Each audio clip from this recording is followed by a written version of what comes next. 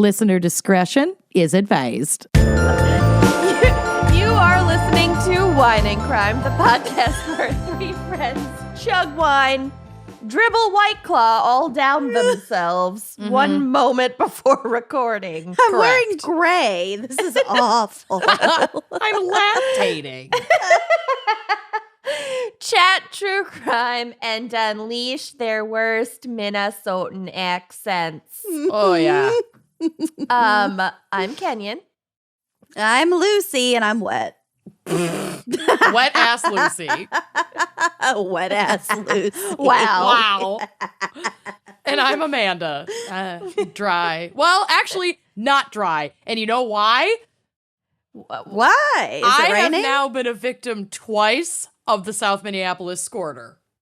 Oh, you told us about that. There's What a the guy in fuck? South Minneapolis who's driving around in this shitty old car, squirting people with a squirt gun out of his window as he like drives by, and he's like targeting white women, I guess, which I fit that description like very well. Are you positive it's just water? I was tested after the first time I got hit by the squirter, and then the second Tested? time, yeah, like for COVID, just to make sure. It didn't, Oh. it's like colorless and odorless. It's not like bleach or acid or anything. But I got a COVID test just to be sure, and it was negative. And It then could I be just got hit today, like 40 minutes, not even before we record. Were you just walking down the street? I was getting hit? something out of my car. Yeah. Got me That's right in the arm. That's odd. I was like, Bill, smell this. Anyways, Um, so I am wet, I guess. Well, not I anymore. can't believe you've been squirted by a Twice. strange assailant. Twice. And true to Lucy's drunk dive on Patreon, I do immediately scrub.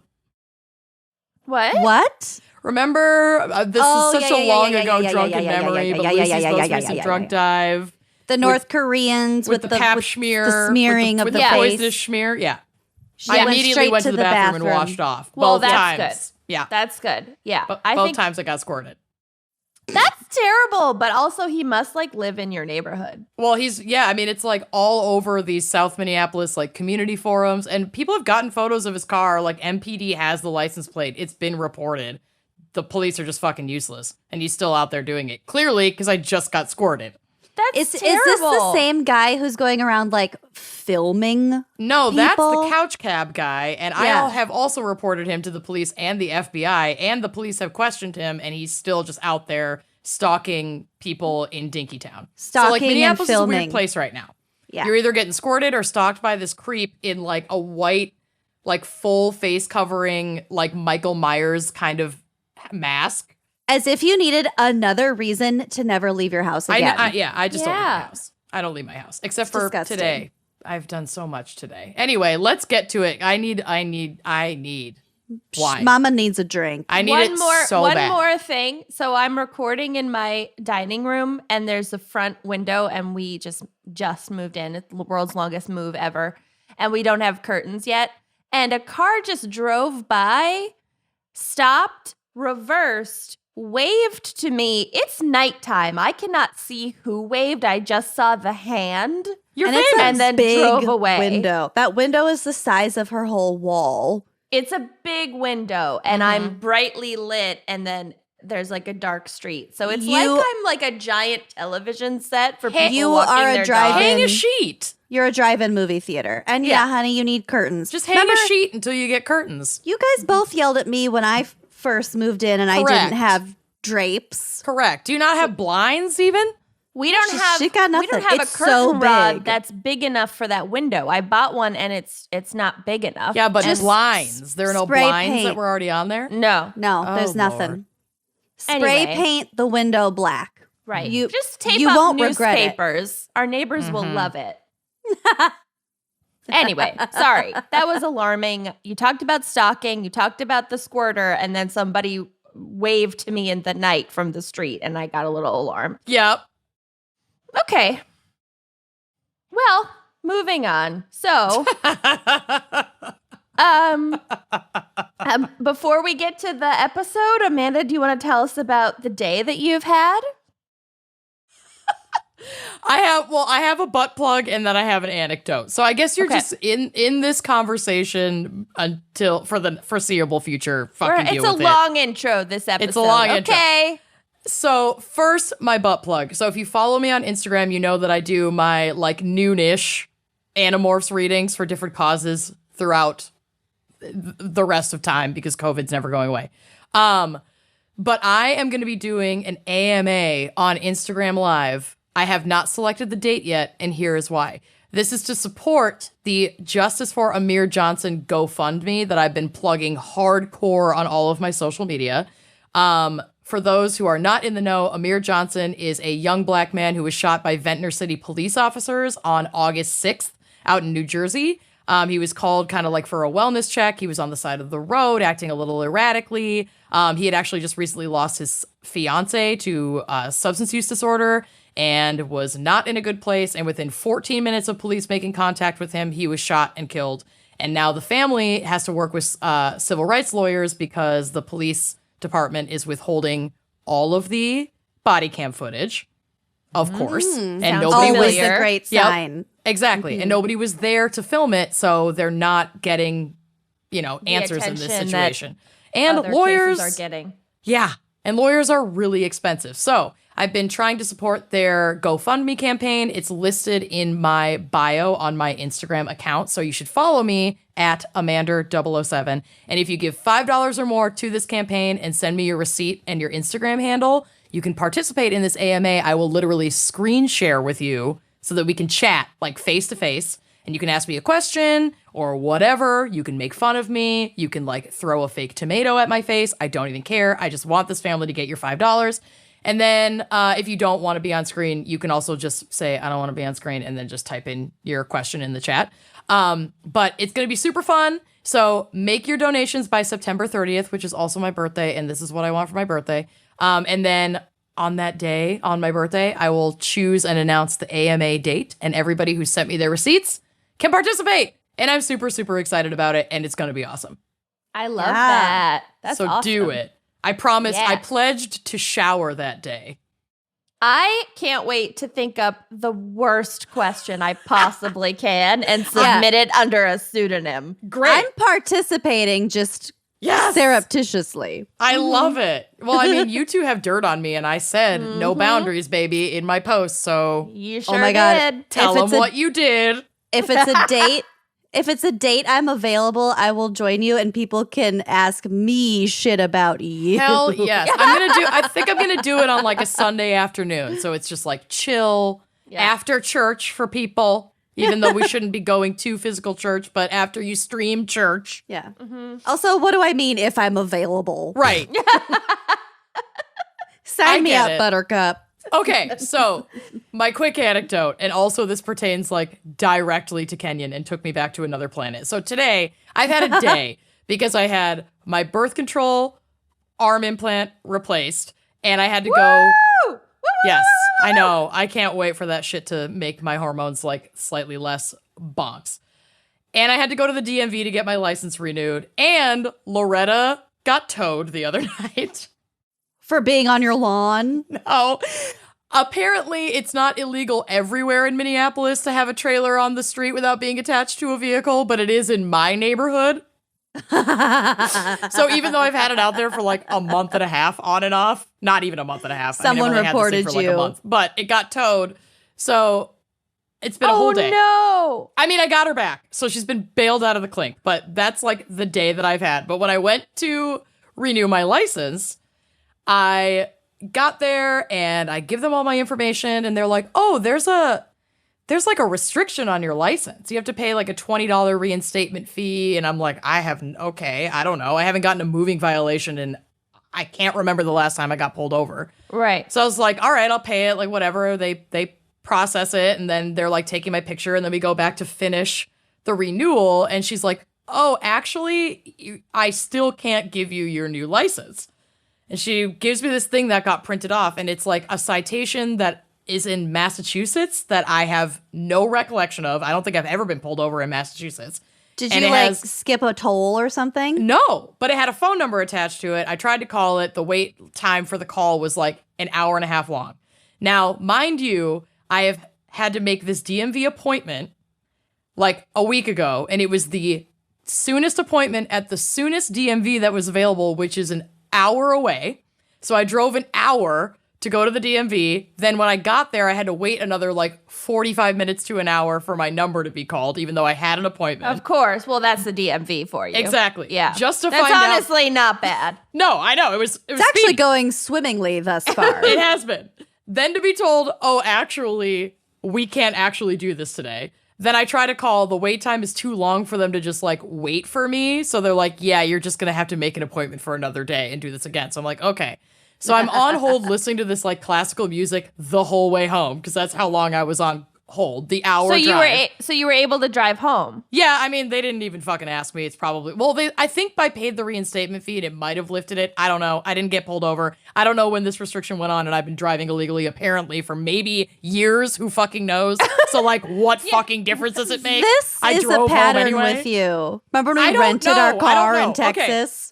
So I finally get through and I give them my name and I give them the like reference number for this ticket. It was a ticket that I got while living in Rochester, New York, going to visit Kenyon in 2008. That I apparently 2008? never paid. How did they track it now? All I these don't know years because later. I've had 2 Minnesota licenses since that time, and this has never come up. And now that I'm renewing again, it's all of a sudden there. So I had to pay like $300 Oh no! on this ticket from over like 12 years ago from visiting your ass in New York. How much was it? Amanda did visit me A lot. every weekend. What was the interest rate on that ticket from Oh my 12 years God. ago? I spent a lot on the throughway. So I mean, it doesn't surprise me that I forgot to pay one of my like many New York citations. Did you ever did you start playing Remember When? Oh my God, I should have. I was like so shaken by the conversation. It was like, yeah, this is associated with your New York license. And I was like, I haven't had a New York license since 2009. Yeah. Like, what? So I had a nice visit from A Memory with Kenyon today. Oh, I love that. It was good. Those were some good road trips. They were good road trips. Anyway, that's been Memories. my day, and thank you. And let's get to the topic so I can open this fucking wine because I Thank you want to die. for not billing me for that. Oh ticket. no, I did it. I was driving, She'll invoice you. The invoice is in the mail. but Oh my also God. yeah. About All right. Well, at least your hair looks really good. And that is my totally natural and organic segue to this week's very special fan pick brought to you by Jess Roberts. And the topic is hair crimes. Yes. Oh, yeah. I really hope all I'm of Lucy's here segment. for it. Yeah, I'm here for it. I hope all of Lucy's segment is just singing songs from the musical Hair. Never seen it, so it's not. Wow. Cherry on top to It a might perfect just be- day. Might just be describing in detail the like homemade mullet that my mother gave me in kindergarten. Oh, it's Oh, good. yeah. Mm-hmm. Yeah. That's a good mullet. Quality. Really? Top notch. Top-notch mullet. One more thing. Our fan picker, Jess Roberts, wants to shout out their spooky little sister, Michelle. Oh, spooky little baby. So Yeah. thank you both. I don't know which one is the gateway gal, but thank you both. I think Oh, you're Jess gonna is get me the in gateway trouble. gal. And yeah, let's get right to it. You've already, if those of you on Patreon who are watching this video have already seen me finish a glass of wine. Uh-huh. Yeah, that was a So- long intro. Now let's get to our wine crime pairing for hair crimes. Oh my God. I'm so excited to drink this wine. So I picked a wine. It's called Touché Pinot Noir because Touché reminded me of toupee. Tons. And I Googled hair wine and the results were not good. Oh, no. Yeah. So I went in a little different direction. Is it full bodied? It is actually not full bodied. It's more like my hair before extensions. So my current hair, my perpetual hair. Sure. Yeah. Limp. Real Also, thin. my hair Blue. guy, Justin, wants to give you hair extensions so bad. So Me? Yeah. So just Am saying. I that pathetic? Do I get hair extensions? You have You more don't hair need than 'em, I have bitch. with the extensions. So no. Your hair would be a triangle. Just a perfect. What triangle. if I get them super long, like past my ass? I No, support no, no, this, nope, nope. actually. And yes, I am scratching my boob for the viewers at home. Okay. So this is a dry, light to medium bodied Pinot Noir with bright acidity, silky tannins, and an ABV of about 13.5%. So it's real sweet right there in the sweet spot. It has complex flavors that include cherry, raspberry, a little bit of an earthy, like mushroom forest floor balance, plus fungal. a hint of baking spice and vanilla from the oak aging. And this is a Willamette Valley Pinot, so out of Oregon. And it's a perfect, like Willamette Valley Pinot Noirs are often my favorite because they have the perfect climate for it. It's a little bit cooler. And those cooler climates produce more delicate and light-bodied Pinot Noirs, super, super drinkable. And just in any capacity, we're always happy to be featuring an Oregon wine or a California wine right now, seeing as how wildfire destruction is still ravishing this part of the country. So any way that we can be putting a little bit into the Western economy is always a good thing. And drinking our way to rebuilding the wine industry is, Hey. that's a charge I'm willing to take up. That's Anytime- a win-win. Yeah, anytime I can get drunk while supporting like A a very cause. important cause, Yeah. sign me up. It checks all the boxes. It does. It is a popper, so if you do not already have one, you should head to wineandcrimepodcast.bigcartel.com and procure a nice pop wine key that I am caressing currently, and look at some of the other fun merch that we have on there and more coming down the pipeline. Very exciting stuff. We All also right, have a limited run or a limited amount of our Stay the Fuck at Home merch, which is currently on sale. Kenyon's sporting hers right now. currently I wear mine. on Kenyon's tits. I wear mine about No every bra. other day. Oh yeah. Yeah, and they're really soft. It's Ugh. getting cold out. It's spooky season. Mm-hmm. Treat yourself. Everything Trade is it. dust. Stay the fuck home. Stay the fuck home. Yeah. All right, I loosened this a bit so that I wouldn't humiliate myself. Are we ready to pop? Let's do it. Yes.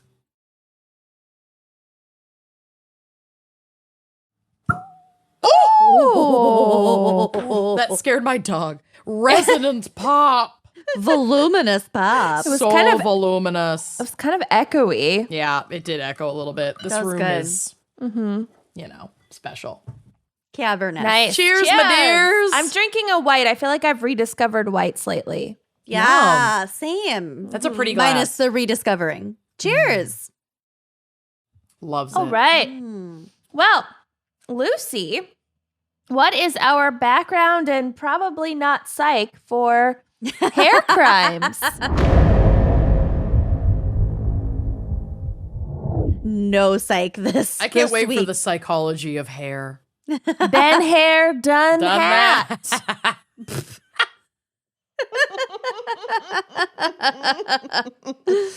Oh, It's close to the brain. Okay. Yeah. Okay, Sure. so here we go. Hair is a protein filament that grows from follicles in the dermis. It is an important biomaterial primarily composed of protein, notably alpha keratin. So if you see like, keratin whatever and like shampoos and shit. Keratin Yeah. gummies. No, biotin gummies are what I take, not keratin. Keratin treatments, you can do like shampoos or conditioners with keratin to like strengthen the hair follicles. Beef up that protein. Or even like keratin like treatments that are added to like straightening. Is there keratin in carrots?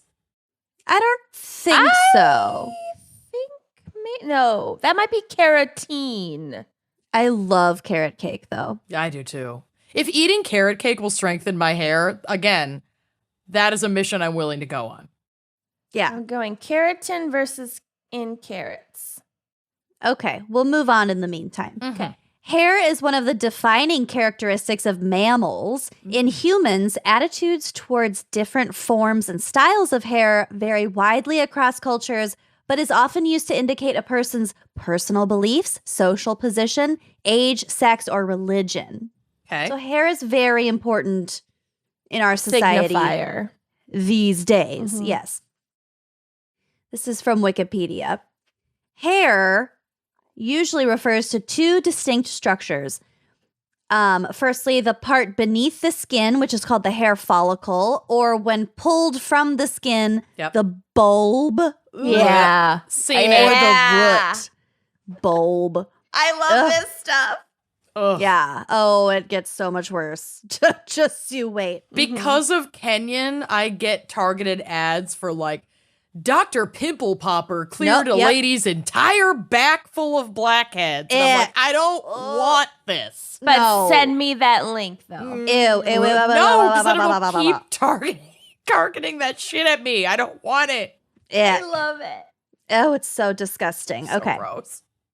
This organ is located. So the follicle, the organ, is located in the dermis and maintains stem cells, which not only regrow the hair after it falls out, but are also recruited to regrow the skin after a wound. Oh, So- that's and we'll- interesting.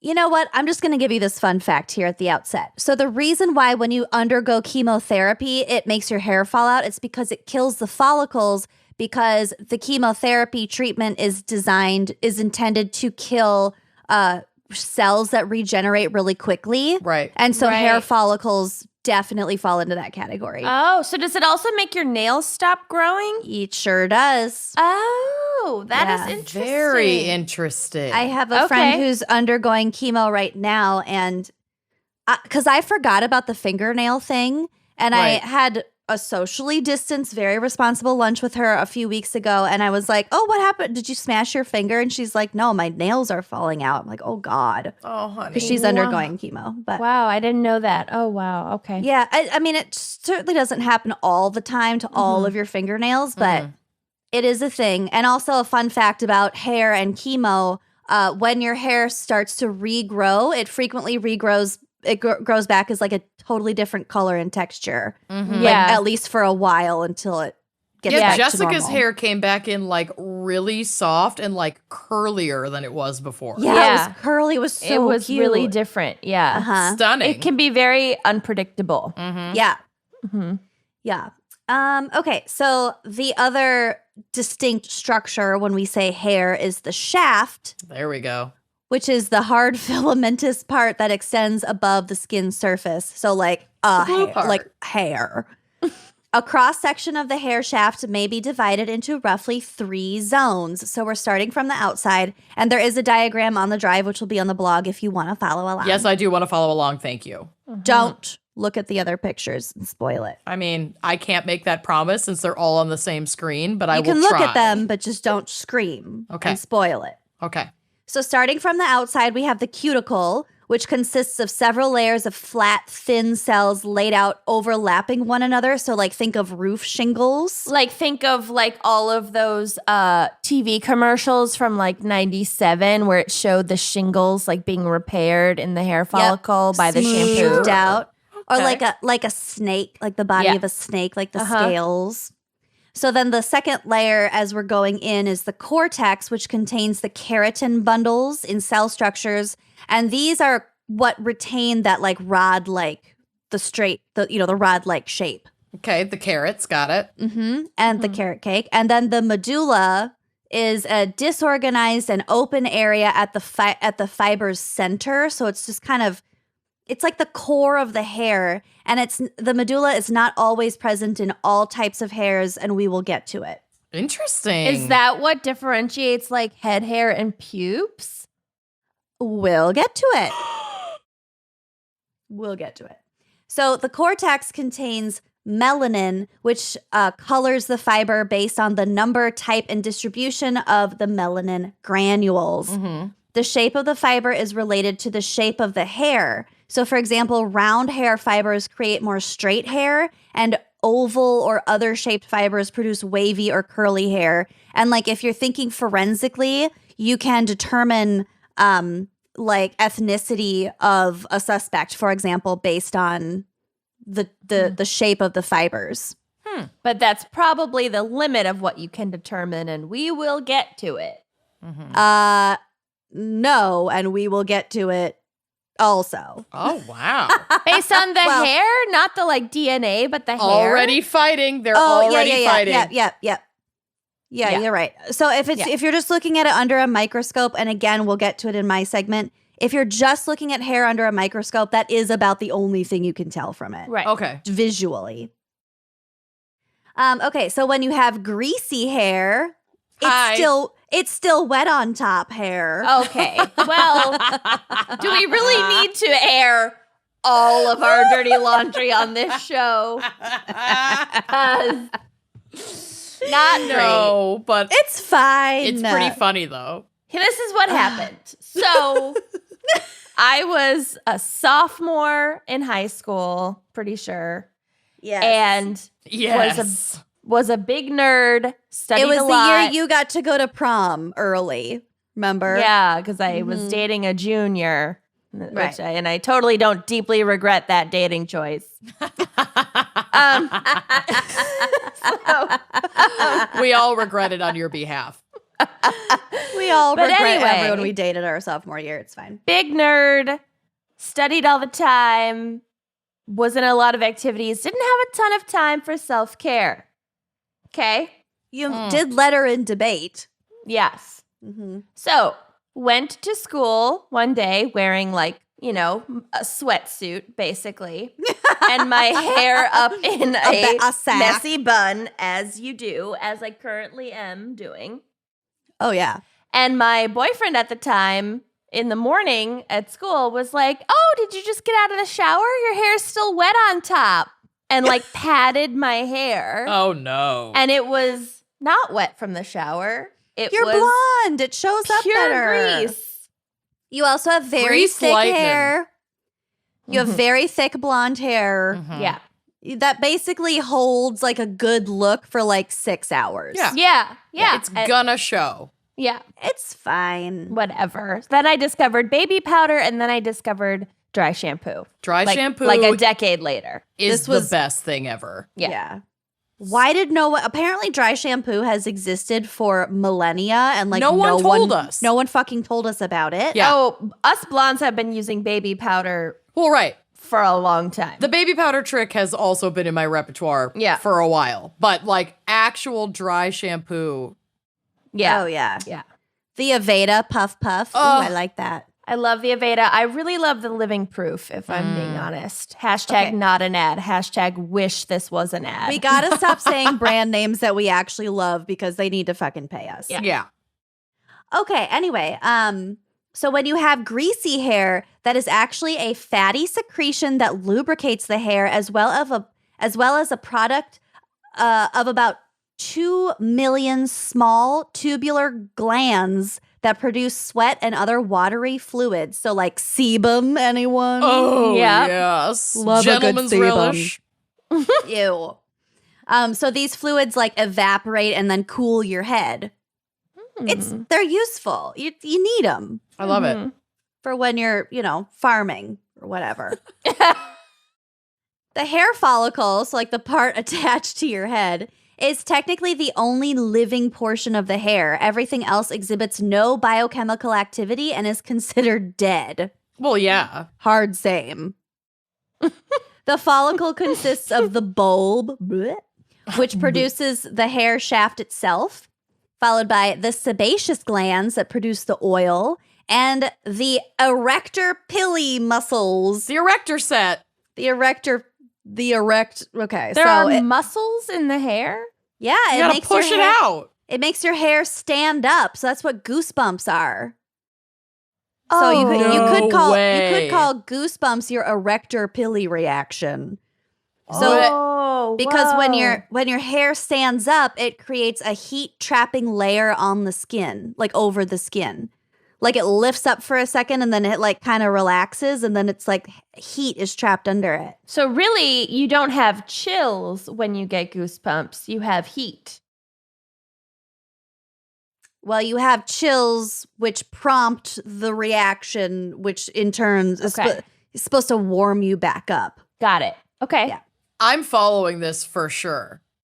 I'm entranced. Amanda's already confused, so good luck for the rest of this. Okay, so there are two different types of hair on the developed human body.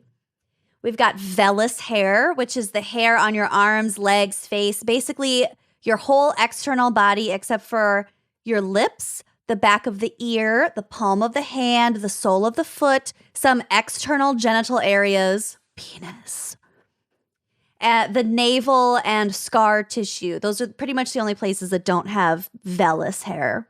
Okay. The density of hair, which obviously the number of hair follicles per area of skin, varies from person to person.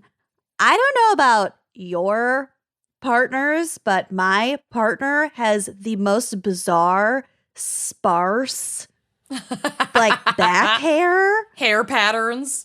It's like a perfect quarter inch between every single hair. Bill is like a beautiful hairless cat, except for like two patches. Yeah, Zach is not hairy. It's great. Corey's sparsely hairy, but then like his calves are smoother than a baby's asshole. It's insane. Yeah. It's so bizarre. I don't know. I would kill a man for those calves. Seriously. They're shiny. They look like they're made of glass. Amazing. They're really bizarre. And you can't even get laser hair removal if you're blonde, really. It doesn't like work. So it connects to the melanin in the hair. Oh. So it only really works on dark hair. It sucks. Pubes, though? Do you have blonde pubes? Do the curtains match the drapes? Oh, I don't really care as much about the pubes. I just hate shaving my legs. Oh, legs, yeah. I basically just don't shave my legs. I do it like maybe once a month. Well, yeah, you definitely Max. don't have to. I personally like the feeling of them shaved and hate the act of shaving. Yeah. Or waxing. We'll never do that again. One and done. Not my thing. Remember when I destroyed my pubis with an at-home waxing kit? Yes, I do. The fact that it's like survived Recovered. that infection. Yeah, it wasn't infected. It was just severely bruised. Oh, the bruising is so real. The bruising. I bought some super simple, modern, at-home No, it's all the bikini same. waxing strips. Yep. Again, not naming the brand. Yep. And Is it based on a bird? Yep. Those and are the ones I used. And I did it in the bathroom because we were going to go to a swimming pool. This was a while ago again. Yep. And Corey was in the room and I was in the bathroom and I was like, okay, I'm going to go try this. Like, I feel like an esthetician. And then I went in the bathroom and he just heard me go, oh my God. Yep. I If you did not don't do like the other stretch side. the skin properly, like there's a very specific technique, and that is why you should have an esthetician wax you. I don't did mind not. getting waxed by a professional, No. but I will never do it myself ever again. It's so painful. It- and I only did my legs. If it's done right, not that bad. I actually kind of like it. Yeah, it it's not feels that like bad. a little spank. It's really not bad if you do it It's right not bad. and if you take an Advil beforehand. But I don't doing know, it at man. home, Maybe I'm just not- a baby about it, but it was not. I will not. I feel like Ever. legs are worse than pubes. Well, there's a lot more area. Ugh. I wouldn't want to No. get my legs waxed. No, no, no. I had booked in to get the full legs, like calves and thighs, both legs. And after my lady did one calf, she was like, I'm not doing your thighs. And I was like, okay. You shrieked too loudly. But I'm still charging you for everything. Probably. I was just so happy to get out of there alive. A good wax is nothing to shake a stick at. No. But do not do it in your bathroom without thoroughly reading the instructions and without being fully fucking prepared to be bruised to shit for My like 48 vagina hours. was purple Yeah. for like 2.5 weeks. It I was didn't realize so I had- inflamed. I didn't realize I had blood vessels there. Yeah, to it burst. looked like my whole pussy was like a blood blister.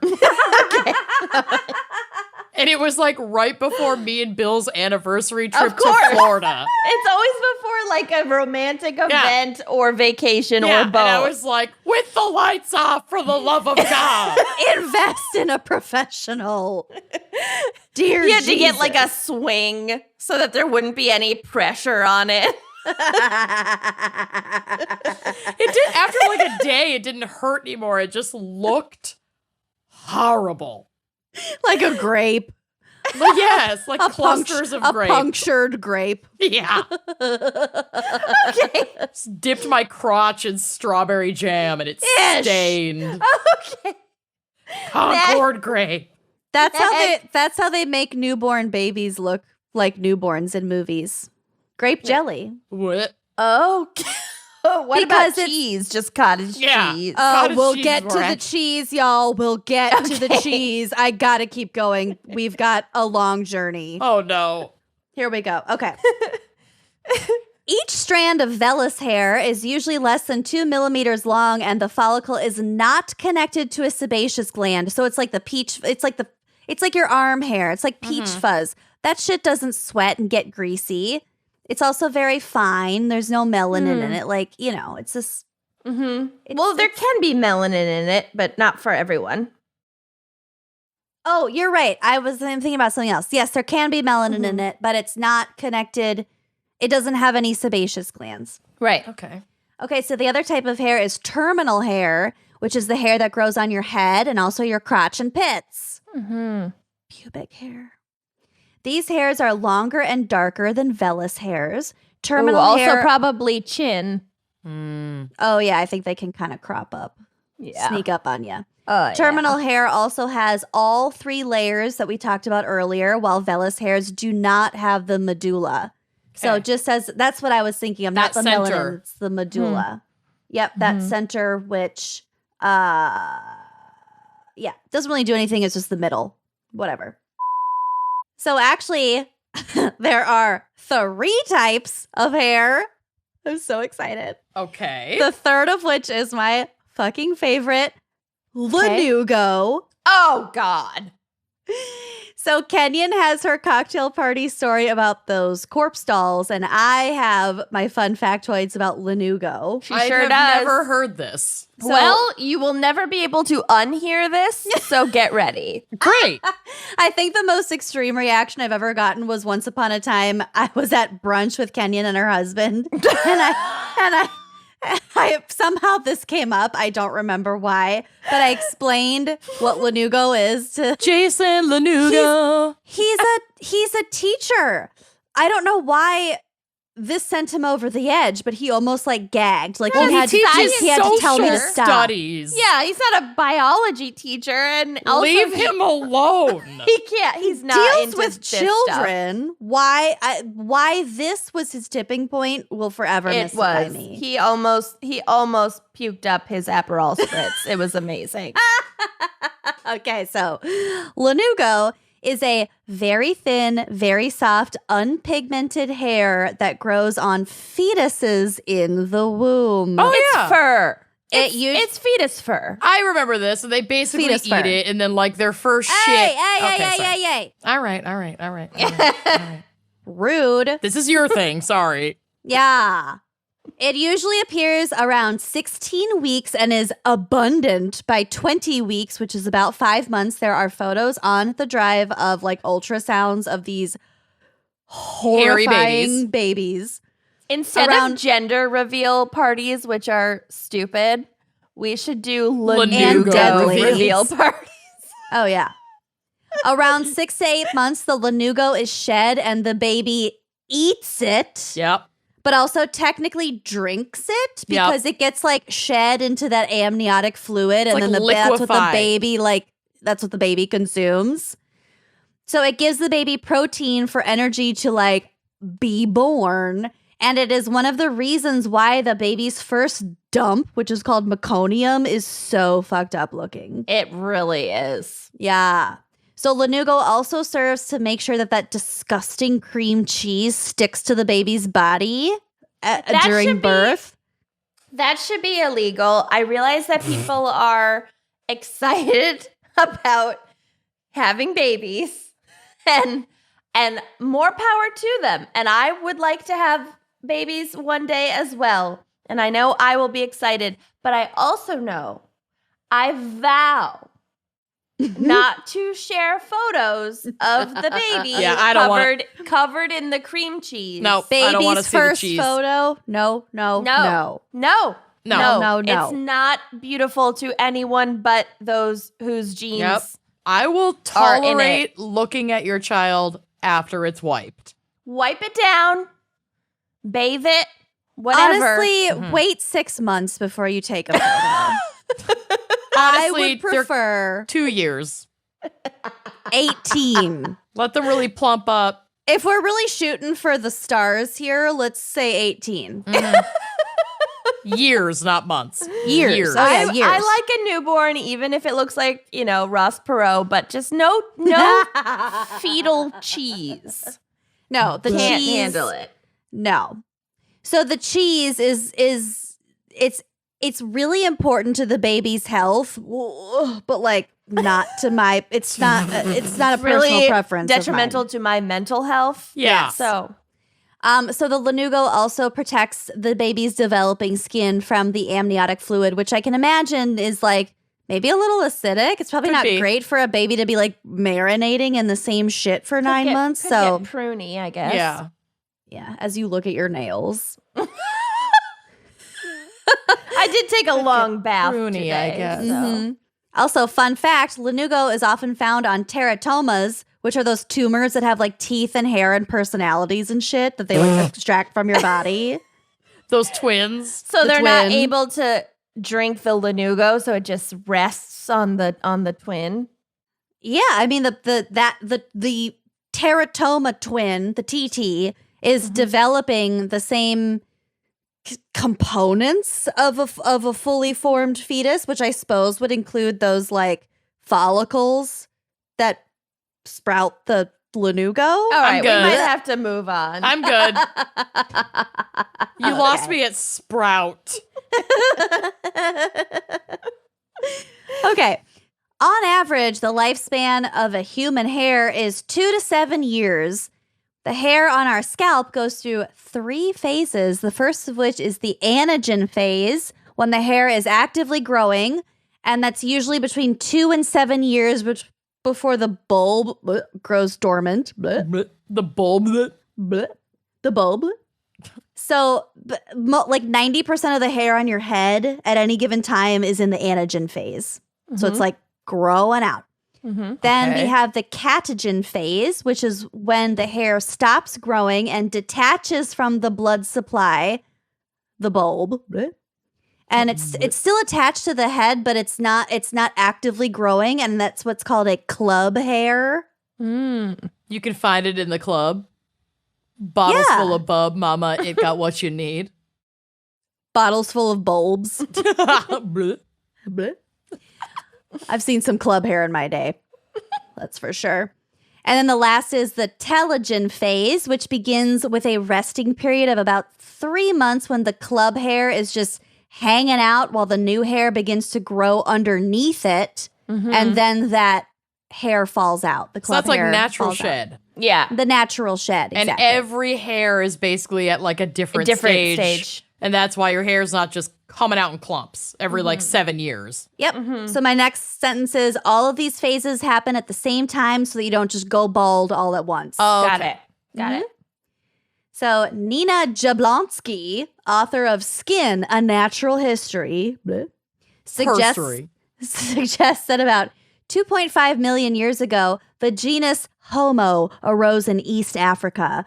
They developed new hunting techniques, which led to a more protein-rich diet, resulting in larger body and brain sizes. These, combined with intensified daytime hunting and also near the equator, meant that they needed a way to dispel body heat quickly, which led to less body hair and also like sweating.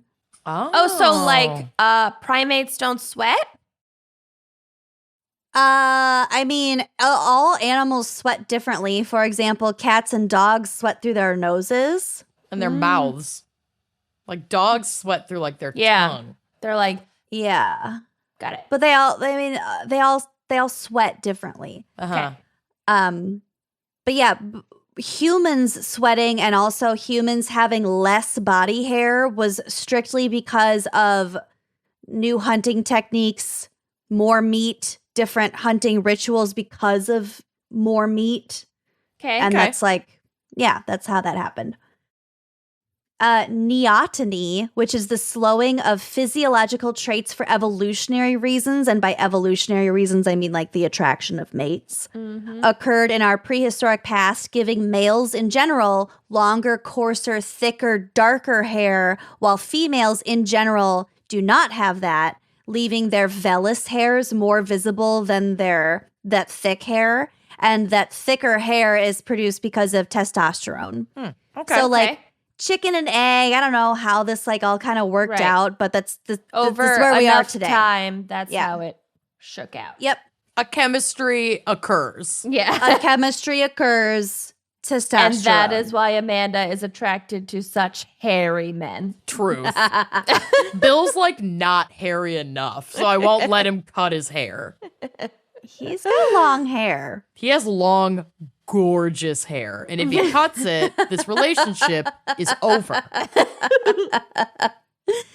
So just to touch briefly on the forensic side of hair, which I'm kind of hoping that we'll have a full episode about in the future, because there's a lot to talk about. But the idea that shed telogen hair, so like that rootless hair, that naturally shedded hair, has no nuclear DNA isn't exactly true. Oh.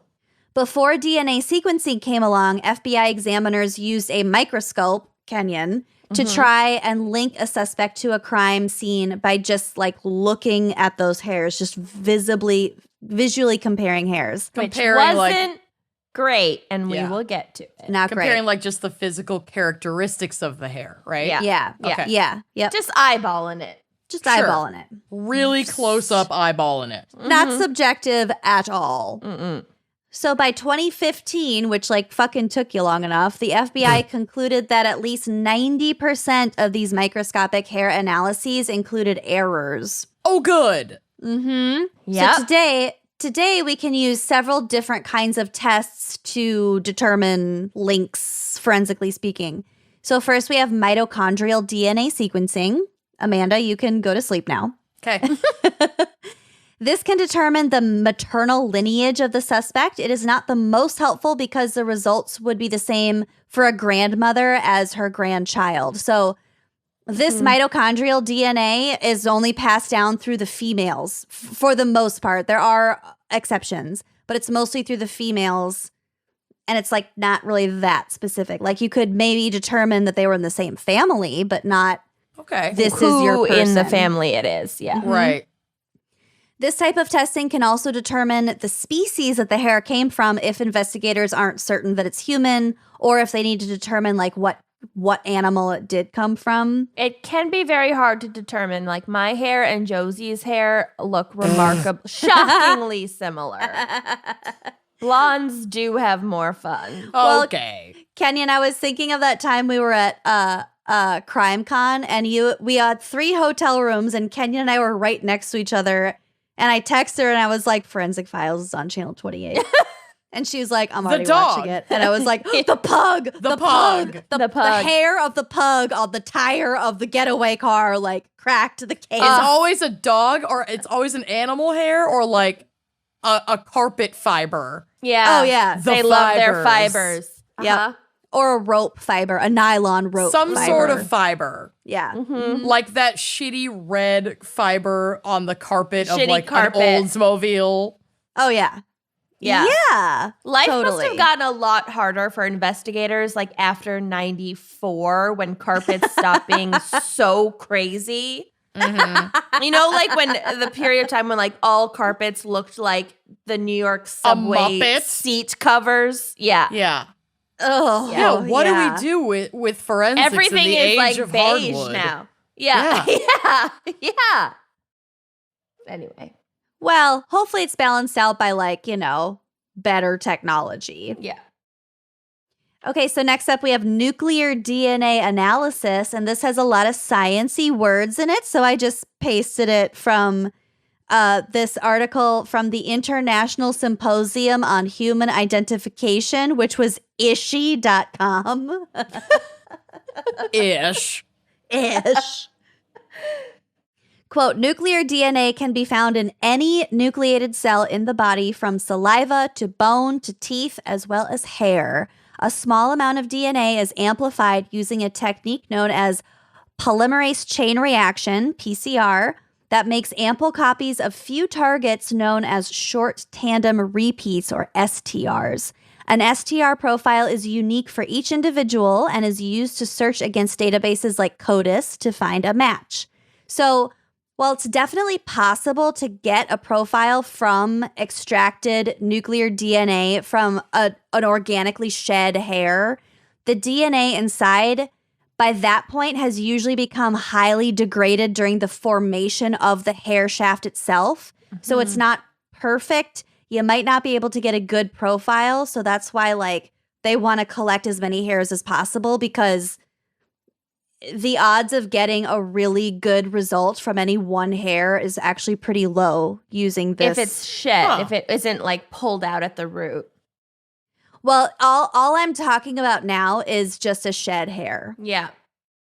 Because usually at a crime scene, unless there was hair pulling, sure, right, you're going to deal with a lot of shed, not necessarily a lot of pull. If I you could have never commit a crime because of the shed factor. Oh, you have hair, yeah.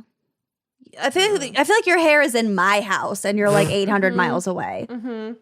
Yeah, they would be able to tell everywhere I've set foot for the last 7 years. If I lose hair on a surface that gets moisture, it also leaves a blue stain.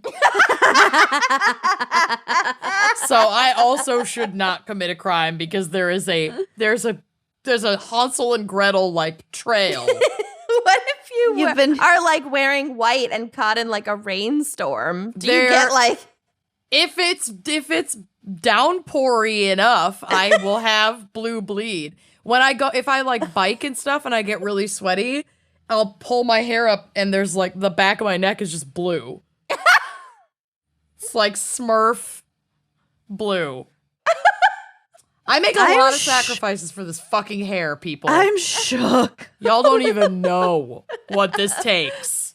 Didn't you destroy a bathtub when we were on tour? At least one last summer. Did. Mm-hmm. But guess she what? Spent a whole morning scrubbing that Airbnb bathtub. You had to it was go an out actual for bleach. hotel, and it was in Seattle. And no, I did not get fined. I checked. We're fine. And I didn't. That was me fucking up, because I was I'm just gonna do a touch-up color really quick. It's toward the end of tour. It's gonna be a good 4 weeks before I can get into the salon. I'll just do a touch-up. Nope. LOL. I ruined every towel in there. All the towels were blue. Joke's on blue. Joke's on blue. But I cleaned the tile and the backsplash and the sink and the tub and the walls, so we're fine. It was a crime scene. It was a bloodbath. It was a Smurf bloodbath. It was bad. It was a blued bath. Okay. It's a blue bath. You blued yourself. I blew myself hardcore. I blued myself. Okay.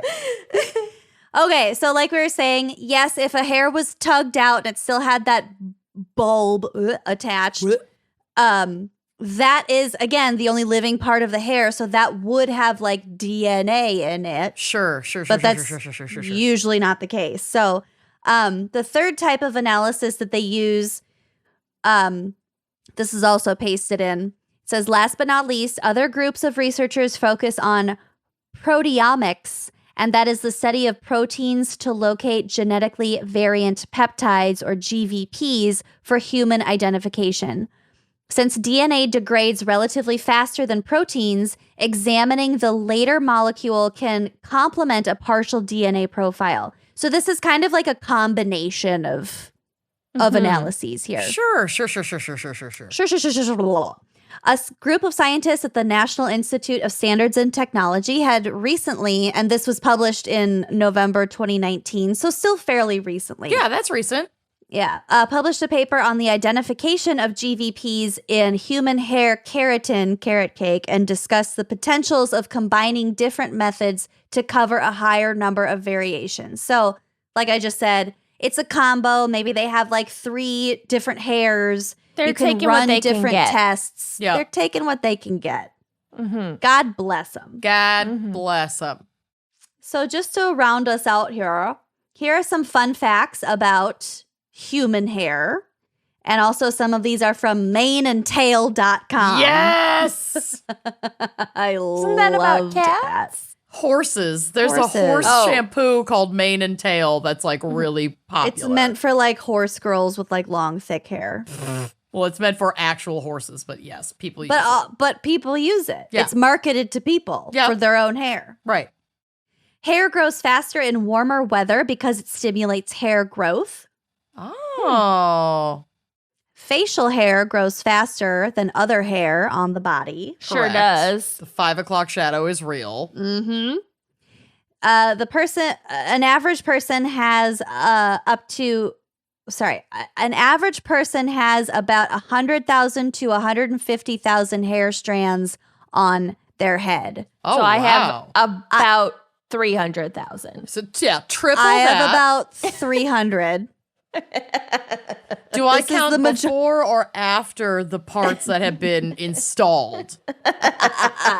Your natural parts. This is most of my hair.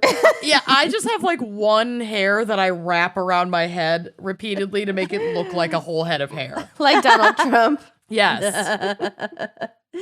On average, we lose 50 to 100 strands of hair per day from the scalp. Yep. Also triple that. Okay. Mm-hmm. Hair grows about 1 centimeter every month. Like, what's a centimeter, though? Wow. There's no way That to doesn't know. seem like that fast. Depends I on the person. I think it was gonna say, I also don't think depends on mine the grows time. that fast. This is all averaging. This is all mane and tail. Who cares? It's probably wrong. Gray hair happens because of a buildup of hydrogen peroxide as the follicles age. And red hair typically doesn't go gray, but rather becomes like a sandy blonde and then white. Wow. Okay. Fucking lucky. I like that. I have one gray that's popping up right in the front, and it's really shiny. I haven't found any grays yet, but I did find a chin hair the other day that was exciting. Oh, plucking out a really thick chin hair feels so Very fucking satisfying. And then you look at the bulb. See, you and like then it. there's like a hole in your chin after. Oh, that's like my favorite. No. Okay. Plucking it out is my favorite. Finding it is my least favorite. Hair is the second fastest growing tissue after bone marrow. Oh, cool. Wet hair can stretch an extra 30%. Mm-hmm. So like when you go get your hair, like you get your wash and your haircut, they always like kind of cut it. I feel like they always warn you that it's going to shrink up after they cut it. Like if your Right. hair is wet and they're cutting it and you're like, oh, I want it a little shorter. They're like, no, you don't. Yeah. Well, that probably also depends on the person's ethnicity and the type of hair because like shrinkage can vary a lot. Shrinkage sure. and stretch can vary a lot all of with this moisture. All of this is very generalized. Right. Like, Yeah. It's I all didn't- going to be subject to your own individual hair type. Yeah. Oh, yeah. I already did the chemotherapy thing. A strand of hair is stronger than a copper wire with the same diameter. Wow. All of the hair follicles you'll ever have were formed before you were in the womb for 5 months. That's a 5-month-old crazy. fetus. Phoenix. Certain certain drugs. So you always heard that rumor like, oh, if you do ecstasy, it'll live in your hair forever or whatever the fuck. I never heard that. Well, they can test hair for drugs. Oh, yeah. Yeah, I mean, so- the hair follicle test is the most accurate one, but it usually only goes back like within like 6 months or so. It's actually not the follicle. It is the hair itself. Right, but they call it a hair follicle test. I know that Well- they're testing the strand and that you get different times throughout each section of the strand, but it's called a hair follicle test. So certain drugs do live in your hair. For example, morphine, cocaine, nicotine, heroin, and amphetamines. They go through your bloodstream and they settle into the hair's melanin. You can also find marijuana in those tests. Shit, man. Those were just examples. I'm just saying, it's they expanding. They do grow out, so they can have an idea of like how recently you did those drugs. But of course, that is too much information for somebody to have. Blood tests are more accurate and like more relevant, frankly. So they don't really do hair tests that often. Well, blood tests are more accurate for finding out if they were like inebriated within a very, very recent time frame. But a lot of hair follicle tests are actually commonly used in like criminal cases or situations where like recovery is part of your, or like access to resources, or or where abstinence from drugs or alcohol is like part of your parole, because then they do need to know like, oh, when historically in the last 6 months you've used. So they just have really different uses, but they are really common. So you can also determine almost anything by a person's hair except for their gender. Nice. An entire head's worth of hair can support up to 2 tons. And I will say that does not mean that your scalp can support that. Just the hair. Just the hair itself. If you were able to like take the hairs and like make them into some kind of rope. Make a net. Yeah. It's like when you try to rip a phone book in half. It's kind of the same principle, but people are like scalped by like some hair being caught in like machinery or something. Right. It's not that hard to actually rip your whole scalp off, turns out. Oh, good. I'm comforted. Add that to the phone book of fears and anxieties. Your list of nightmares. Black is the most common hair color, and red is the most rare at about 1% globally. Wow. The average lifespan of an eyelash is 150 days. Unless you're constantly grooming them out like Kenyon. Yeah. I feel like you're always tugging yours out. You guys have to keep me strong and make sure that I never go back to fake eyelashes. Because Mrs. Evenson. One, looked ridiculous on me, and 2, I could not maintain them. No, they looked good. They looked good. However, if you stop doing it or if you slow down, they look insane. Do a tint and then instead. You have to do a tint and lift instead. But also like when I broke up with my eyelash you gal, have the Yzma like missing chunks. Mine ripped out all of my natural lashes. Basically, I had no eyelashes for like 2 months. So when I broke up with my eyelash gal, I was actually taking biotin every single night for like 2 months, and that helped so much. The biotin. Mine are finally back to normal, and I just need to like not go there ever again. They're stunning. Lift and tint, Mine look baby. pretty good. Lift and tint. Bend and snap. Okay, 2 more. The word shampoo comes from the Hindu Urdu word champna, which means to knead or to massage. Okay. Cool. And the longest female hair was measured at 18 feet, 5.5 inches from the head of Xie Jinping, who grew it out for over 30 years. Too long. My word. Literally too long. I mean, some of the hairs on the backs of my thighs are probably 33 years old. Any hair can't reach them. Any hair above my knee and below my crotch is probably 33 years old. Right. Yeah, I think I've shaved above my knee, like my whole leg, once in my entire life. Yeah, the no-go zone. It's really hard to reach, okay? It's not worth it. Who cares? Right. Anyway, that's my seg. Good job. I learned a ton. Very thorough. Are we ready for my case? Yeah. No. Oh. Okay. I went back to my roots. And literally just came up with that on the spot. I'm very proud of myself. Cute. I could tell because it wasn't written out in your notes. And, went with a sad case. So. Oh, good. Yeah. In Springfield, Massachusetts, back in November 1985, a horrible crime took place. Oh, jeez. 78-year-old Mary Prekop was asleep in her bed around 4 a.m. when a burglar entered her home and raped her. No.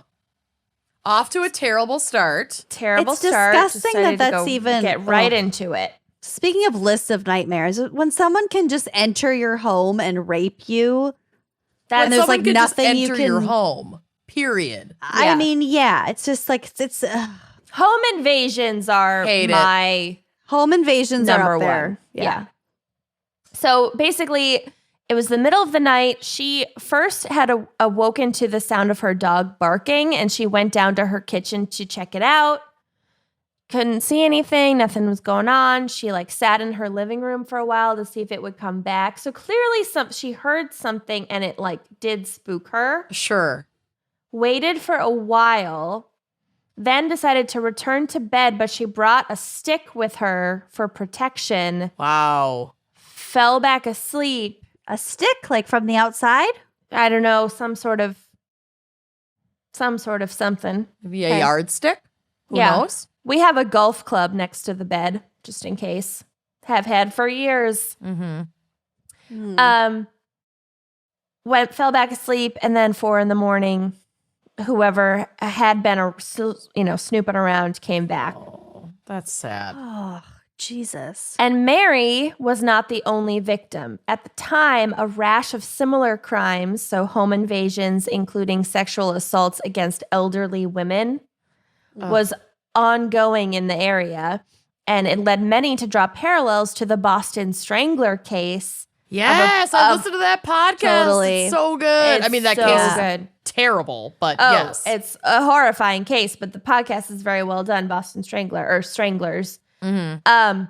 But that was, in the 60s, and now we're in the 80s. mid-80s. Yep. But the Boston Strangler was never caught, so who knows? Well, there's a very theories. likely suspect. Yeah. That's true. It's not the Boston Strangler, but putting it out there. Yeah. Mary Prekop survived the attack and was able to give a description of her assailant. The description was, quote, a clean-shaven man with dark wavy hair wearing a blue jacket, dark pants, and white sneakers. Okay. That's a good descrip. It's a good descrip.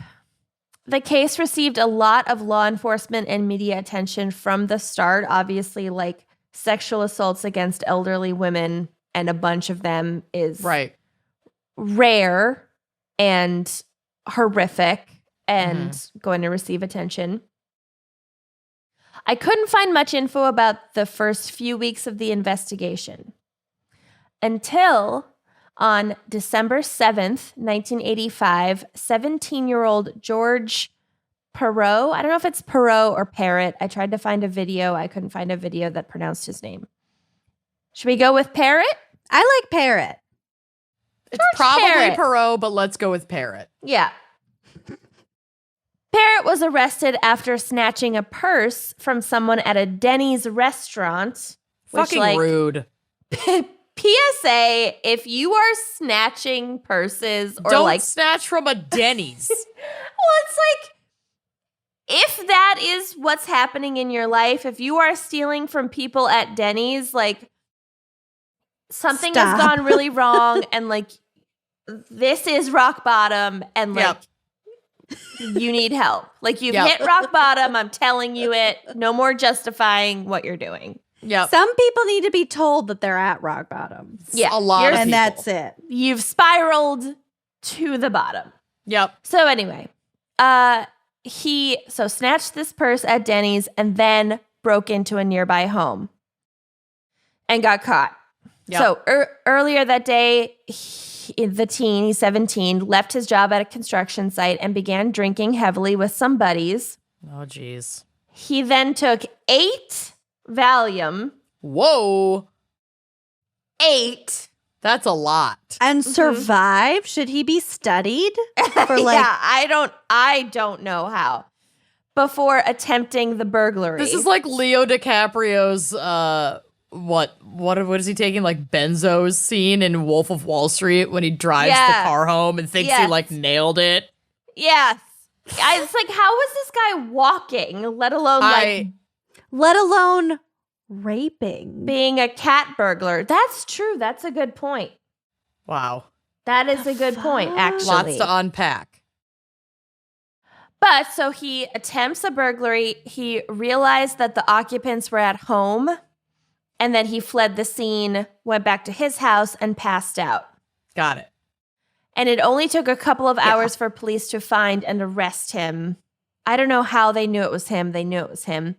And they now also suspected him of the earlier Mary Prekop attack. Uh-huh. Okay. Obviously, he'd been caught in like a bungled home invasion scenario. But he also sort of like generally fit the physical description in Mary's case. But there were significant discrepancies. Okay. So Mary had guessed that the man was between 20 and 30 years old, and he's 17. Sure. Which, like in the 80s, and honestly, I feel like from the time humans began up until like 1990, it's impossible to tell how old anyone was over the age of like 12. Yeah. Everyone looked 30. Everyone had like an early mustache. Everyone smoked. Everyone smoked. Yeah. People definitely looked older than their age back then. Because I don't know if it's something about hard. the sepia tone of all the film in existence or if they actually looked older, but I think it's because of how much general suffering people went through before the age of like 14. Yeah, and before then like on. the existence of caller ID. I suppose. Yeah, everyone just had a horrible life. Yeah. For you had to answer the phone every time to figure out who was calling you. People just showed up at your door. I was just gonna say, Ugh. people just knocked on your door. Ish. You had to basically cook every meal for yourself. It's You a had to wonder grow your own anyone survived. food. Yeah. You had to grow your own food. Anyway, You didn't have Tylenol. it's 85, so it's they might have had some of those things. Not convinced. I have a You had hair. to- Speaking you of had to- hair crimes, I have a hair like You had going to like in my nose. mill your own flour or whatever the fuck, however the fuck you make Churning your own butter. flour. He was at home making soap Yep. and Candles by candlelight. no, okay, so he I think like everyone else of his generation looked older than his age, I would say. And Sure. there's a photo of him on the drive. You can see the oh my god. What's Oh, it like called? the mugshot? Yes, the mugshot. I see it. He does Oh, wait, not he's look supposed to- 17. He does not look 17. So the age thing, I kind of am He's like, fair enough. 42 minimum. But she also Or said that he still has his Lanugo. Because he hairy. Oh, no. Okay, well, so Am I wrong? Mary had described her attacker as having neat hair and no facial hair, so no Lanugo.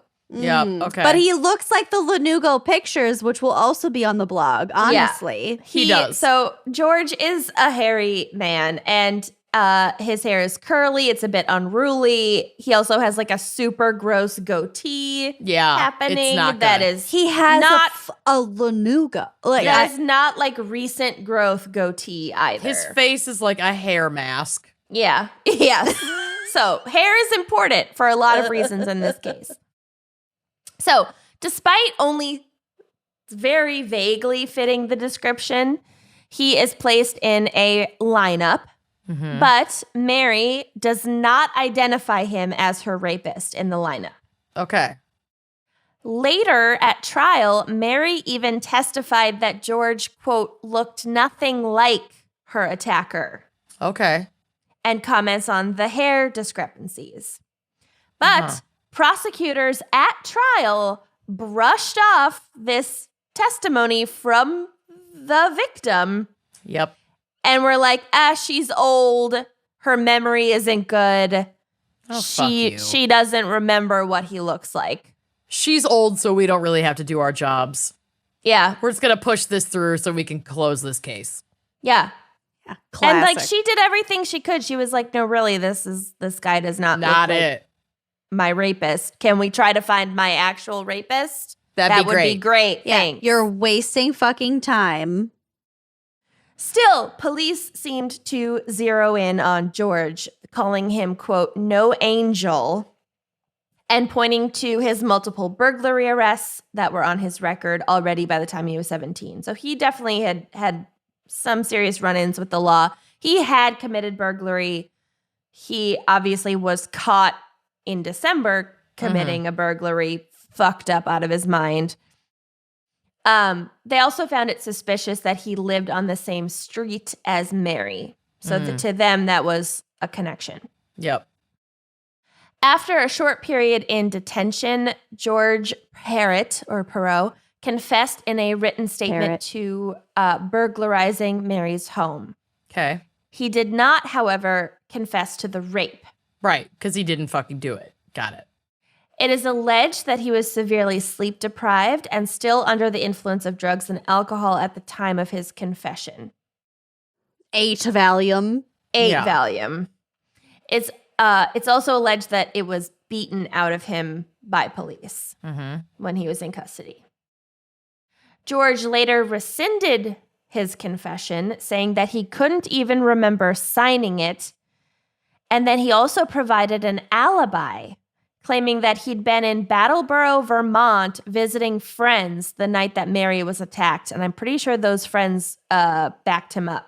But at the time, it's the 80s. It's not like they could like track his cell phone or like. Yeah, the pings. He wasn't, there weren't pings. He wasn't posting to Instagram. He was just like, yeah, I was in Vermont. And they were like, fuck you. Our word against yours, and we're lazy, so we're just going to pin this all on you so we can go home by 5. Yet another reason Amanda could never commit a crime. You would be pinging constantly. You would have no alibi. You'd be caught blue-handed. I leave a digital trail, a forensic trail, a smell trail, a blue trail, a fart trail, trail, a dust cropped trail, or crop dusted, dust cropped. A dust crop trail. You crop dusted the whole scene. It's too much. So he tries to rescind the confession, but it's too late. Once you sign a confession or are said to have signed a confession, you're fucked. You're fucked. So they had the suspect, they had the signed confession, and the case went to trial in 1987 and then again in 1992. Okay. There was virtually no physical evidence tying George to the scene of the crime. Oh, good. No fingerprints, no semen, no blood. Okay. Although investigators did try to point to a small blood stain on Mary's bed, but Mary had been raped on the floor of her home, not on her bed. That still wouldn't apply. And she insisted that that particular stain that they were pointing to, which was very small, was from 14 or 15 years ago. It was just like on the bedspread, whatever, and had nothing to do with her attack. She was like, that's not applicable. That's not applicable. It's not where I was attacked. And it's like, not. How often do you get a mosquito bite and you're like scratching it in the middle of the night and you just find like a little dot in the morning? Your sheets are probably like 90% your blood after 15 years of using them. Yeah. Yeah. Soaked in your blood. What if it was white? Yeah. Ugh. Oh, and one more thing. The string of home invasions and rapes of elderly women in the area, that didn't stop after George was arrested. It kept going. There were new victims when he was in custody. So clearly it's not him. And they kept him? What?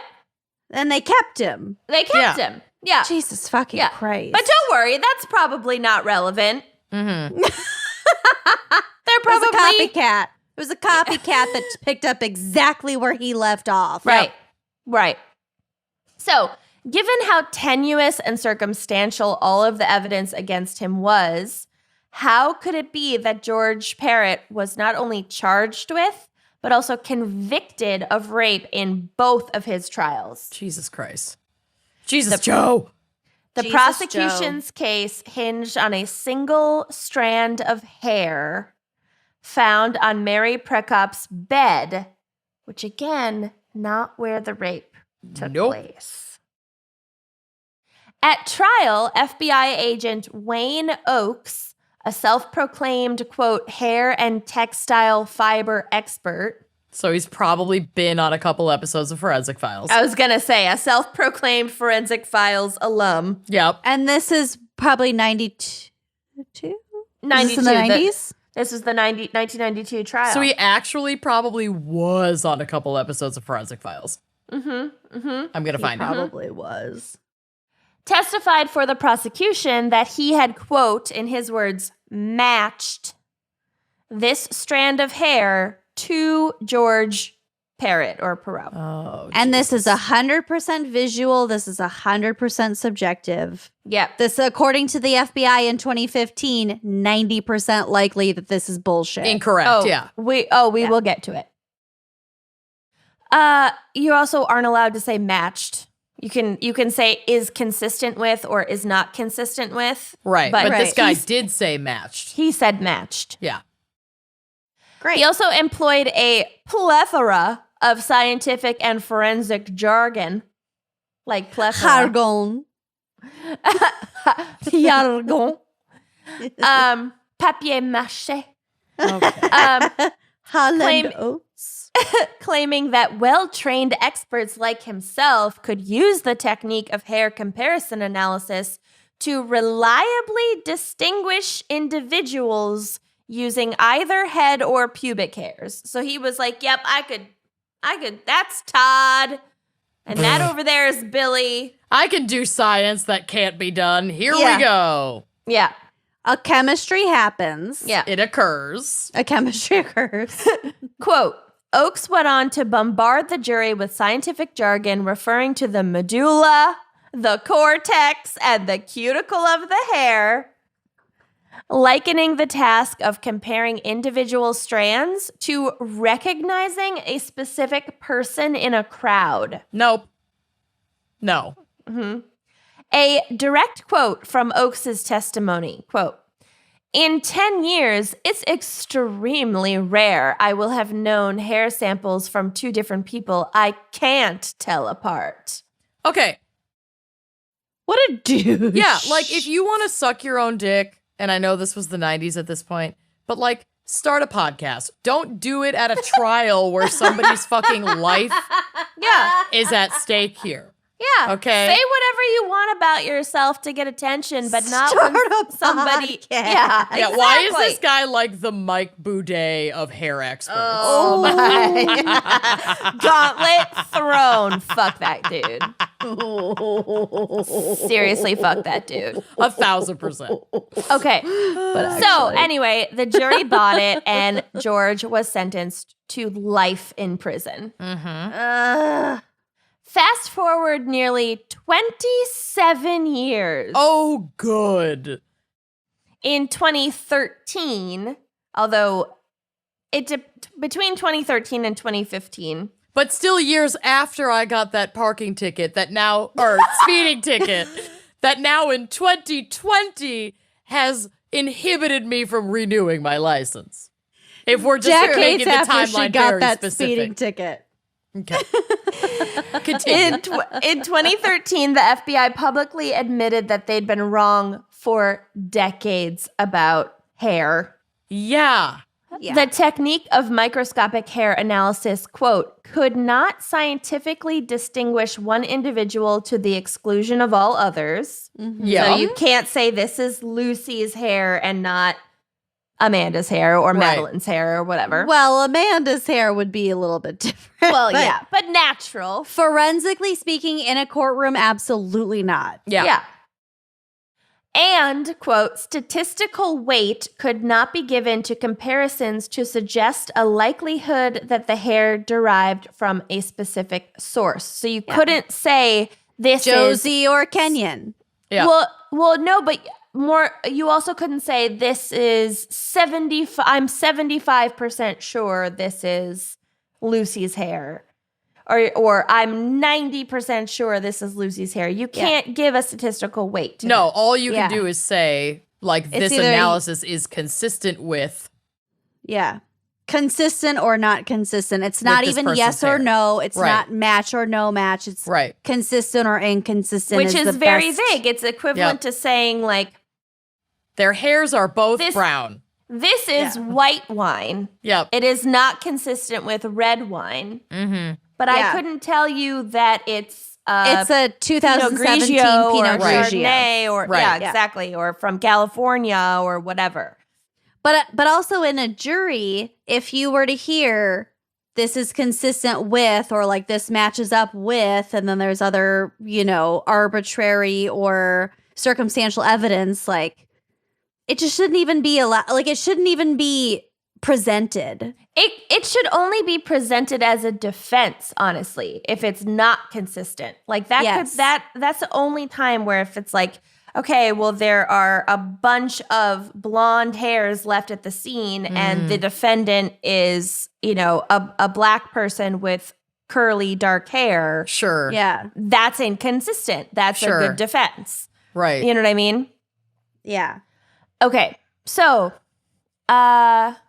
this technique and the, quote, expert testimony that had relied on it in hundreds or perhaps even thousands of criminal cases nationwide. Yep. And at least 35 cases which the death penalty was carried out. Yep. Oh, my Lord. And at least 50 episodes of Forensic Files. Oh, most episodes of Forensic Files, honestly, which I Vast do love. majority. I mean, no shade to Forensic Files. They were of their time, but yeah, they didn't know. But anyway. No. But also, like, I don't know how many episodes of Forensic Files were just like the under the microscope hair comparisons. A lot of We'd have to fibers look in into hair, that. as we said. Well, So anyway, this technique, this hair comparison technique is now officially known to be junk science and, quote, virtually worthless. Great. sort of in the same vein as the bite mark analysis. Yep. Yeah. Yep. It's just not. Although it's if you have a not right. snaggle like mine, it's probably still admissible. Yeah, consistent or inconsistent. Yeah. Again, there are like huge disparities. Like in those specific cases, they could be taken into consideration, but for the most part, and in like blanket terms, no, it's Hard too pass. subjective. No. Well, if a bite is like clearly like from a child, and your suspect is like a large adult. That would be maybe inconsistent. Or like you said, if it was you, blonde Kenyan, versus you, blue-haired Amanda, yes, of course. But like the process itself, it just shouldn't be allowed. Right. When it gets down into the nitty-gritty or even like remotely specific things, it cannot It's junk work. science, like you said. Yeah. So there's a lot more like repercussions about hair analysis in criminal convictions that we don't have time to get into in this episode, but like should be its own episode. But one of the directors of the Innocence Project summed this up quite succinctly. Quote, "It was a mass disaster." So just the use of this hair comparison technique in the criminal justice system is a mass disaster. There's so many cases that have to be looked at again, many of which won't be looked at again and should be, some where it's too late. Anyway, back to George. So still, despite the FBI's admission in July 2013, George Parrott wasn't released from prison until February 2016. So it took a good 2.5 years. The system is so fucking slow, even when stuff like this comes to light. It's so frustrating. So fucking and this is slow. exactly why the death penalty should not fucking exist. It's because like science does evolve and incorrect judgments are made, and then the system is so slow to overturn or change those And you have convictions, so and many then it's too fucking opportunities late. you have so many opportunities for appeals, and it just like crams shit up. And it's also like, way more fucking expensive, conservatives. So if you don't want to be spending all that fucking money, you should not be about the death penalty. Also, if you hate abortion, you should hate the death penalty. There is it. Okay. Yep. I Life agree is with life. all of the above. It's also just barbaric and wrong, and haven't we moved on from this Yep. as like a civilization or a species? Oh, Kenyon, do you remember in 7th grade in Mrs. Lee's class, we had to Speaking argue of for or barbaric. against the death penalty I in our had- 7th I argued grade English pro. class? At the time in 7th grade. I think I forgot what I argued. I don't remember. Mm-hmm. But Which, Laura a Barnes is reminder, my that was partner. assigned. You couldn't choose if you were pro or con. I was also in 7th grade. I'm pretty sure I was pro at the time, but I've evolved. Anyway. Yeah, I don't remember what it was. So his conviction, he is released from prison in 2016. His conviction wasn't actually vacated, so they weren't like declaring him innocent. Right. Instead, a judge stated that he was reasonably certain that George did not commit those grave offenses, quote, and ordered a new trial. So this would be his third. Okay. Prosecutors appealed the decision, but then in 2017, they decided to drop the charges against George. So that, in that moment in 2017, it's over. Okay. After his release, George filed a federal lawsuit against the Boston PD and the FBI who conducted the investigation against him, alleging that they forged his confession and planted the hair evidence against him, which violated his civil rights. Yeah. His lawsuit also claims that investigators, quote, scapegoated him to quell public panic around the string of sexual assaults happening at the time. Y'all, this shit happens in quote unquote police work and investigative work every fucking day. Also, It is how as common fucking- as breathing oxygen. How fucking easy is it to plant a hair at a crime scene and that single hair is the only evidence? Yep. It's wild. So, end of story, right? Of course not, because it's a Kenyan caper. Kenyon caper. It's not over till mama says it's over, and mama likes a twist. Yeah. So, I told you this case was sad. Are we ready? It's already sad. Are you fucking serious? Well, on January 4th, 2019, less than 2 years after his release for a wrongful conviction, which put him in prison for 3 decades, George Parrott was rearrested on new rape charges. The fuck? Against who? Police in Lawrence, Massachusetts found George and an unnamed female victim both passed out unconscious and partially clothed on a sidewalk. George's head was between the woman's legs. Like, clearly they were like engaged. There was some sort of sexual encounter happening. The woman was actually in the process of overdosing on heroin. Oh, dear. And his life was ruined by the fucking system, so it's not surprising that. Well, he had already struggled, obviously, with substances before, taking 8 Valium, whatever. But then he'd been in prison for 3 decades. The authorities were able to revive the woman with Narcan, so she survived. After she gained consciousness, she said that George had given her the substance to snort.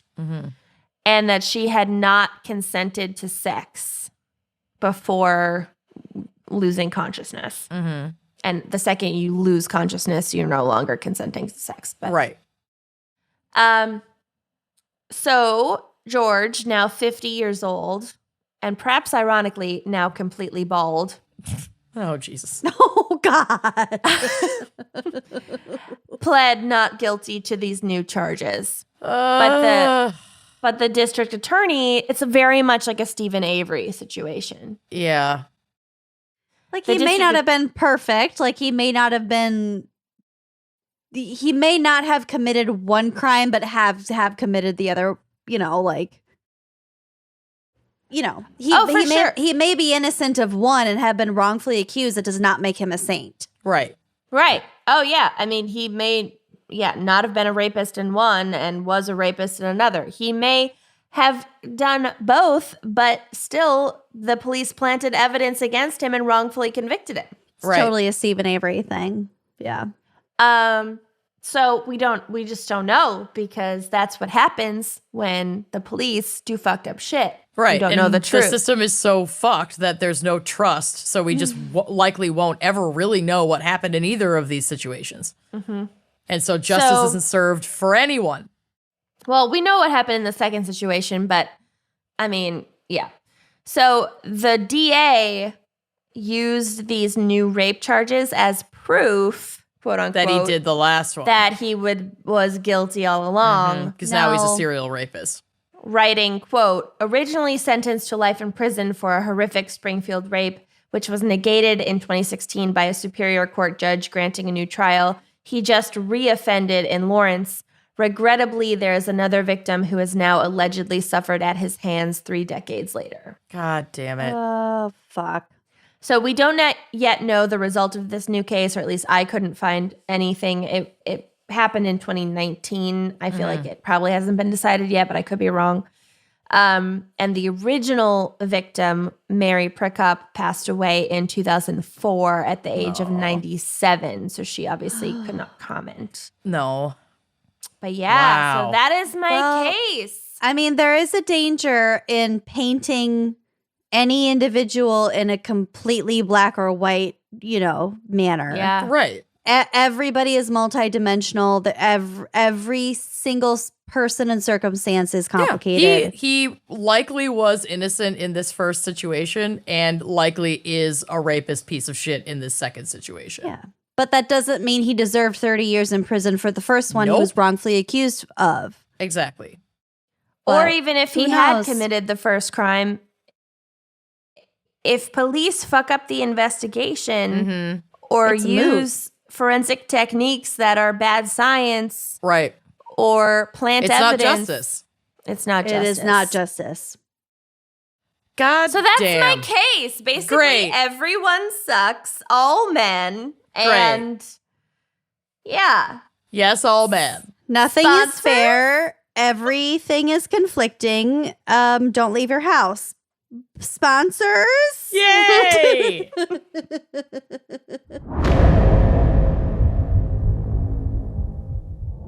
So my case is short, just a bob.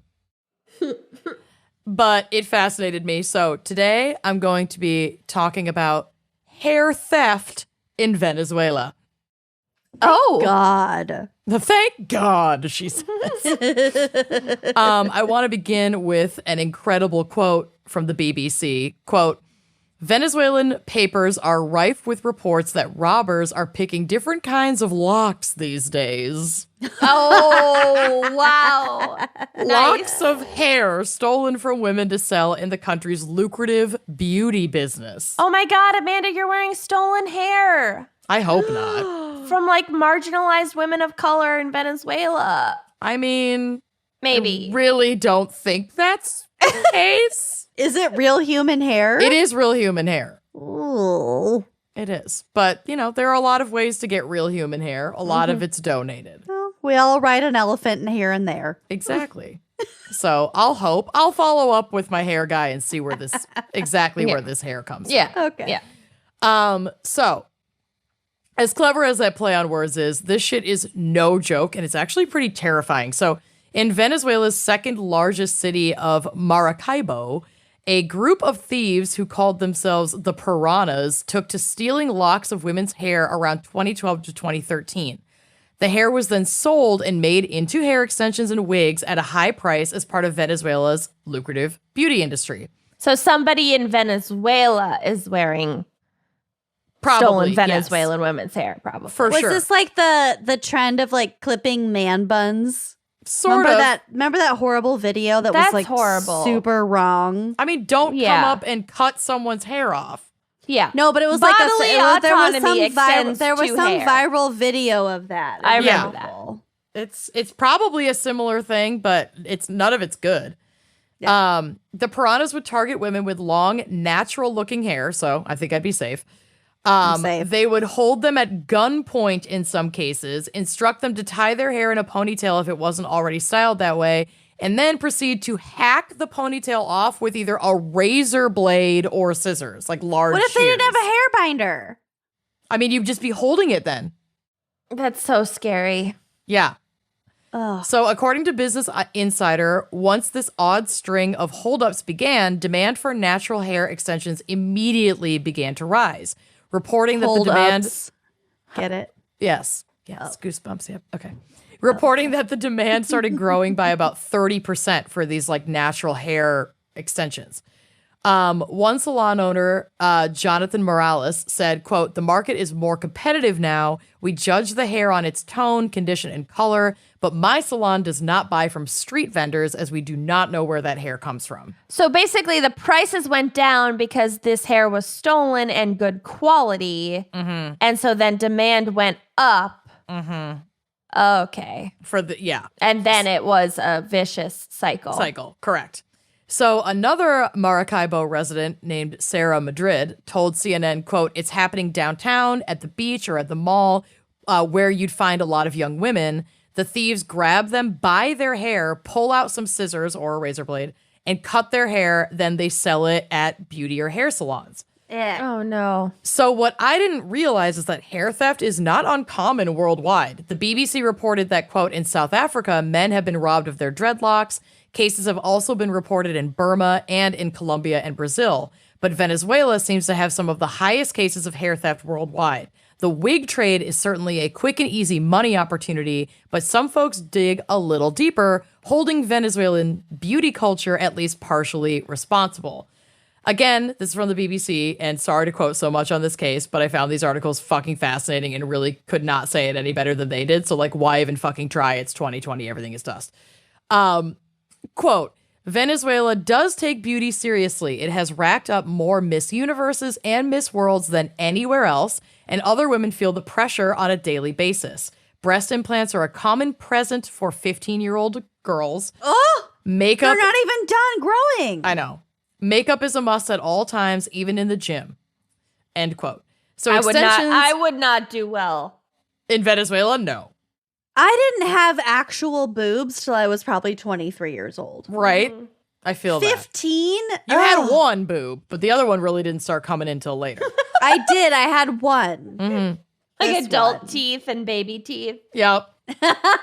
So extensions of natural hair are incredibly popular in Venezuela, especially if as a beauty consumer, you may have damaged your natural hair over time. Literally why I have extensions is because I've like colored and bleached my hair so much, and it has, it's maintained a lot of health, but like my hair will just never be all that thick. So that's why I did it. Just to You Once blew you your start load. I blew dying- my load. You Once blew you your start load. dyeing and bleaching your hair, it gets damaged, man. Yeah, it's tough.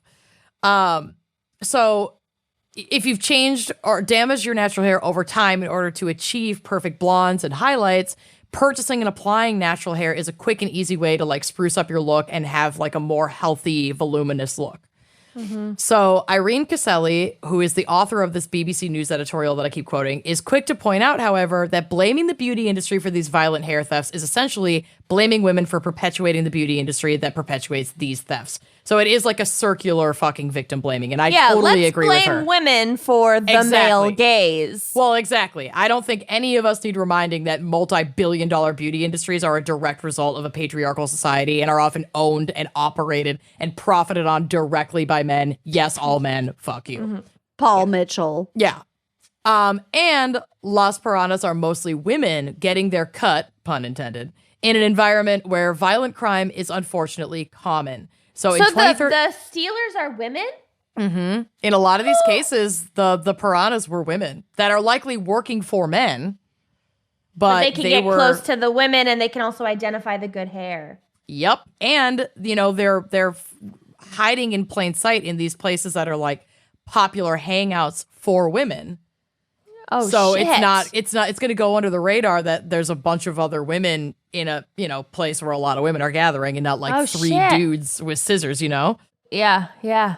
So in 2013, which is at the time around the time when these crimes were taking place, the UN had determined Venezuela to have the 5th highest murder rate per capita worldwide. Kidnappings had become so common that families with wealth were preemptively combining resources with like friends in their communities to maintain cash on hand for ransom payments.